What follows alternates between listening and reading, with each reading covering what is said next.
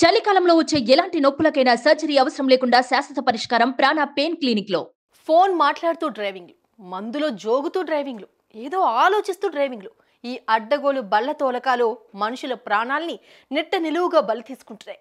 పటాన్చెరులో జరిగిన ఓ ఘోర ప్రమాదం ఈ పరిస్థితికి తాజా ఉదాహరణగా నిలిచింది.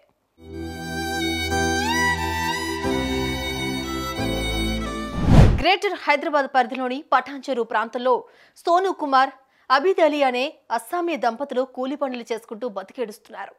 ఆ ప్రాంతంలో ఉన్న వెంకటేశ్వర బ్రిక్స్ కంపెనీలో పనిచేస్తూ అక్కడికి సమీపంలో గుడిసె వేసుకుని జీవనం సాగిస్తున్నారు.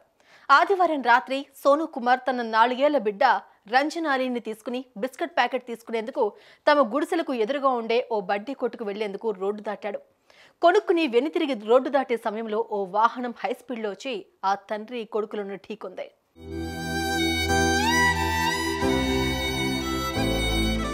తమ వాహనం కింద ఎవరో పడ్డారన్నది గమనించిన ఆ వాహనం ఆగకుండా వెళ్లిపోయింది. వాహనం ఢీకొట్టిన సమయంలో సోను కుమార్ అరిచిన అరుపుతో గుడిసెల్లో ఉన్న కూలీలు బయటకు పరిగెత్తుకొచ్చారు. అప్పటికే అతని 4 ఏళ్ల బిడ్డ ప్రాణాలు గాల్లో కలిసిపోయాయి. విషయం తెలిసి గుడిసెలోంచి పరిగెత్తుకొచ్చిన సోను కుమార్ భార్య అబేద్ అలీ ఆ ఘోరం చూసి నిర్ఘాంతపోయింది. లేక పుట్టిన బిడ్డని, కట్టుకున్న భర్తని నిర్జీవ స్థితిలో చూసి కుప్పకూలిపోయింది.